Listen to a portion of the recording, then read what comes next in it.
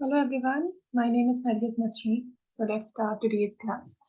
So in the last video we saw about DDL commands, data definition language. So in this class we're going to talk about the next component of SQL, that is DML commands. So if you have not watched that video, you can go through it. Okay, so let's start. So first let's talk about like what is the DML command. Like if someone is going to ask you to give a normal definition, so what you are going to say. So in this as well, we write queries or statements to manipulate the data of a database. So let's see. So in this we write queries that will allow us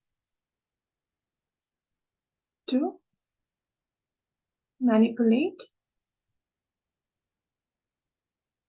data in the tables of a database.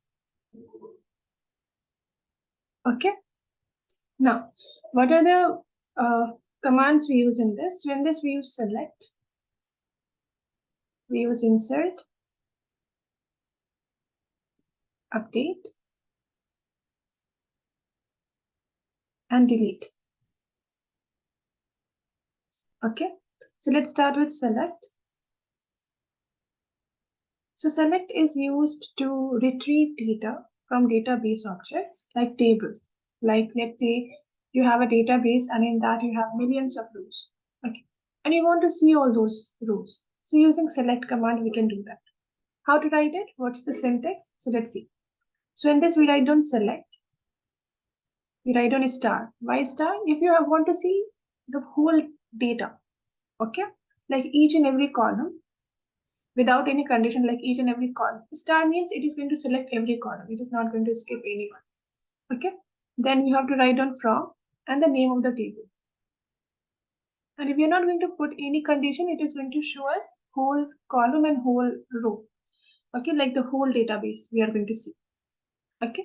Now, let's say we do not want to see the whole database, like you want to see some columns of it, only those that are important. So in that case, we have to write like this. We have to write down select and we have to mention the names of the columns, like what columns you want to select. So you will be writing the names of the columns that you want to select, and it depends like how many you want to select. Then the same thing from and then name of the table. Okay, that's it. Then let's talk about insert command.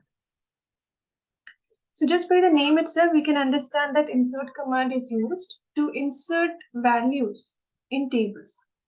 Okay. Now how to do that? So we start with insert, then we write down into, then the name of the table, then name of the columns inside brackets. In those columns where you want to insert the values, you have to mention those columns only. So let's say I select column 1 and column 2. Okay. Then you have to write down values and then you have to mention what values you want to insert. Let's say I want to insert value 1 in column 1 and value 2 in column 2. Okay, and that's it. Now let's talk about, like, let's say this, like you have to insert values in every column and you have hundreds of columns. So we, in that case, we do not have to write, all those 100 column names. So how can we do that? So in that case, we have to write on insert into name of the table. Then we have to skip this part. Why? Because we are going to take all the columns. So we do not have to mention it. So if we are not going to mention the name of the column, it will understand, okay, that means you want to insert the values in every column. Okay. So let's say we have n columns. So we'll be writing values but here in the values part, you have to give the value for every column in the proper order. Okay, you do not have to escape. If you're going to escape, it will show error. Okay, so you have to write down values for all the columns. Let's say if we have n columns, so it will go up to n values. Okay, that's it. Now let's talk about update. So again, it is easy to understand that update is used to update the value. We can replace the old value with a new value. Okay, how to do this? Let's say there is a one table called as student table. Okay, and this is a table name. Okay, in that we have column first name and last name, and we have this student called as John, and his last name is wrong.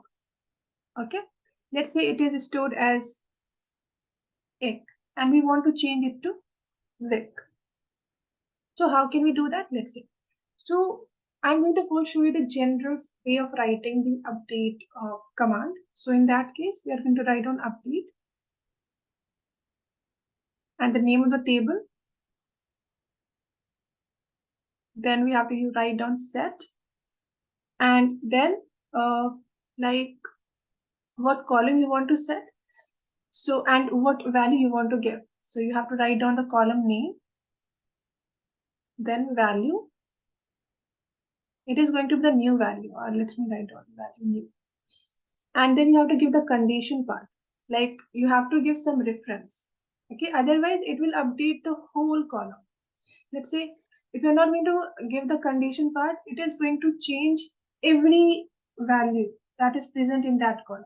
So let's say there are 100 of students present. If you are not going to mention the condition, it is going to update the last name of every other student, and we do not want that.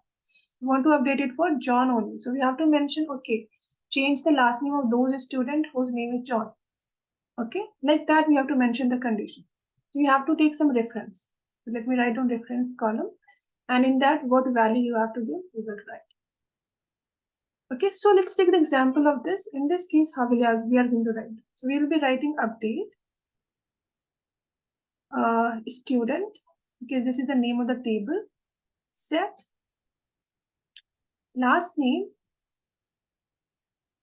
is equal to Vic, where first name is equal to John. See, as simple as that. So this is how we use update command. Okay. Okay. Now let me delete this quickly so that we can talk about the last one, which is delete command. Okay. So before writing the syntax of the delete command, we have already seen different ways of deleting the data from a database or from a table. So we have talked about truncate and drop.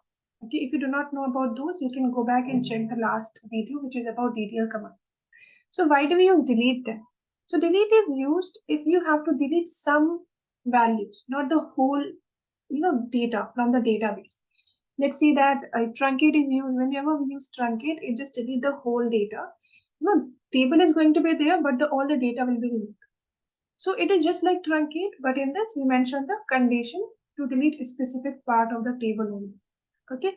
So if we are going to write down delete from, let's say table name.